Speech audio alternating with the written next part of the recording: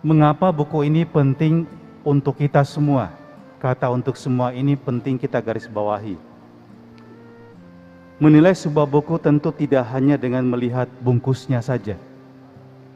Namun isi sebuah buku dapat dilihat juga dari penampilan cover atau bungkusnya. Nilai buku yang ditulis oleh Pastor Lukas ini memberikan kesan hebat, baik dari cover maupun isinya. Saya mau katakan 3 kata ini: mewah, terjangkau, mudah dimengerti.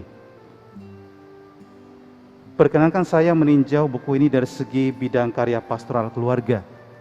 Apa sih relevansi buku ini buat karya pastoral keluarga?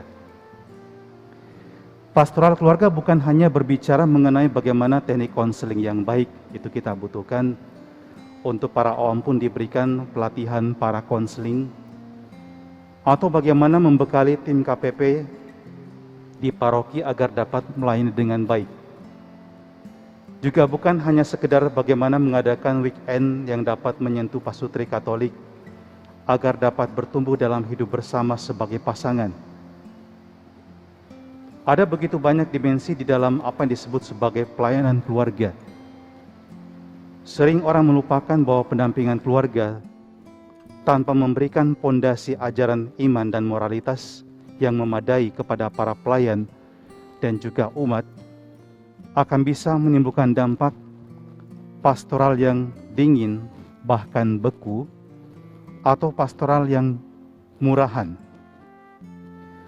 Untuk tidak jatuh ke dalam kedua ekstrim itu, kita membutuhkan pilar-pilar yang penting untuk membangun karakter dasar dari pastoral keluarga yang sungguh melayani, namun setia pada ajaran gereja. Nah, buku ini memberikan pondasi dasar itu. Ibarat membangun sebuah gedung gereja atau rumah, kita akan memulai dengan meletakkan dasar yang kokoh. Membangun karya pastoral keluarga pun demikian. Dan itu sebabnya dalam pelatihan untuk tim KPP dan tim konselor awam selalu disertakan tema hukum dan moralitas perkawinan Katolik. Tema ini sangat-sangat penting, dan karena itu memang seharusnya dibaca oleh semua. Maka saya harap kita duduk dalam gereja ini, kalau pulang belum punya buku, di depan masih ada tersedia. Itu kurang dari 100 eksemplar yang dikatakan oleh Pastor Lukas, yang telah dicetak buku ini sekitar 1000 eksemplar. Jangan takut membaca buku ini. Pepatah Cina kuno mengatakan, perjalanan ribuan mil dimulai dengan satu langkah kecil. Maka saudara-saudari, 1 hari 1 halaman, 2 halaman, 3 halaman akan membantu Anda mulai menelusuri dan masuk ke dalam kekayaan buku ini. Ingat, kalau kita makan kue lapis, itu kita bisa melihat setiap lapisan sangat berharga. Tadi Pastor Lukas mengatakan bahwa bab 3 dan 6 itu adalah jantung hati atau pokok isi dari buku ini. Tapi jangan cuma baca bab itu. Anda kalau makan kue lapis, Anda tidak pisahkan, saya cuma makan 2 lapis saja, yang lainnya saya buang. Anda harus makan seluruhnya. Juga kalau Anda makan burger, Anda tidak meninggalkan lapisan rotinya. Anda akan menikmati seluruhnya sehingga terasa memang ini makanan yang enak. Sama seperti buku ini, Anda bisa melihatnya, membacanya, dan memang menilainya sebagai buku yang hebat kalau Anda membacanya sebagai satu kesatuan. Relevansi buku ini dalam perspektif pelayanan pastoral keluarga. Buku ini akan menjadi salah satu sumber referensi yang sangat penting untuk memahami ajaran hukum dan moral perkawinan. Bisa kita simpulkan buku ini adalah sebuah buku yang memiliki kekayaan berlimpah. Saya membandingkan kalau Anda adalah pengguna media sosial, Anda mungkin mengandalkan search engine Google. Anda cari apa saja, Anda bisa dapat. Buku ini saya mau katakan versi seperti Google, tetapi khusus di bidang hukum dan moralitas perkawinan gereja Katolik. Maka kalau mau menjadikan buku ini buku pintar, bisa. Anda tinggal buka daftar isi, Anda butuh apa, Anda temukan di dalam. Tetapi ini penting bahwa kita membacanya. Minimal Anda pernah melihat daftar isinya, tahu di sana ada isi apa saja. Pastor Lukas terima kasih karena memberikan konteks bagaimana kita memahami sebenarnya hukum gereja dan ajaran moral. Dengan pemaparan tentang makna dan sejarah perkembangan gereja dengan segala perangkatnya. Dan itu memang ada pada bab 1 dan bab 2 seperti dikatakan oleh Pastor Lukas. Bahkan kita yang tidak tahu apa itu konsili, kalau baca buku ini, tahu apa itu konsili dan sudah berapa banyak konsili dilakukan oleh gereja. Dalam perspektif pastoral keluarga, saya menilai buku ini sangat penting baik bagi para pengajar iman dan moral, termasuk saya dan Pastor Samuel yang sudah sekian lama meninggalkan bangku kuliah. Nanti kalau kita jadi pastor paroki, Pastor Samuel, ada kasus tertentu baru kita bilang, tunggu dulu itu di kanon berapa ya? Buku ini bisa jadi buku referensi kita.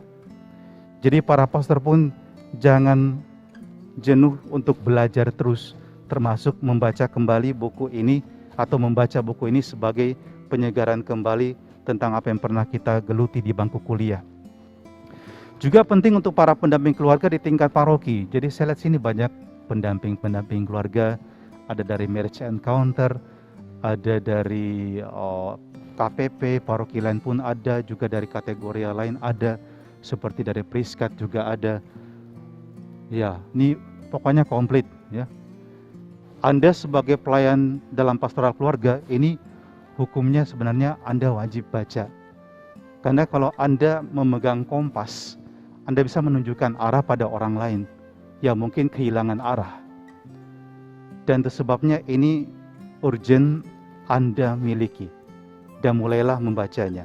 Kalau tidak mengerti betul, tanyakan pada penulisnya. Mudah dijangkau. Penulisnya kan pastor paroki Anda dan Anda kenal dengan sangat baik.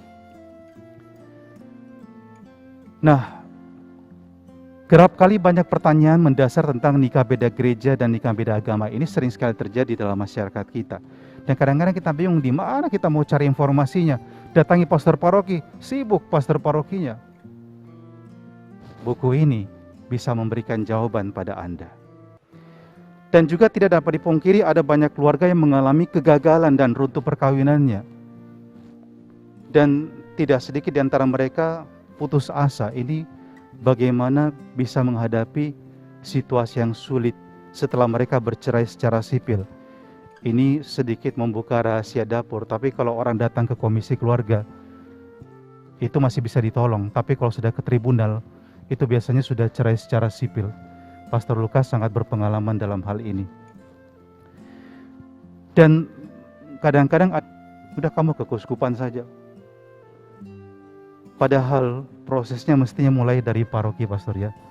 Jadi para pastor paroki kalau bingung-bingung sampai menjadi susah menjelaskan pada umat, tolong baca juga buku ini.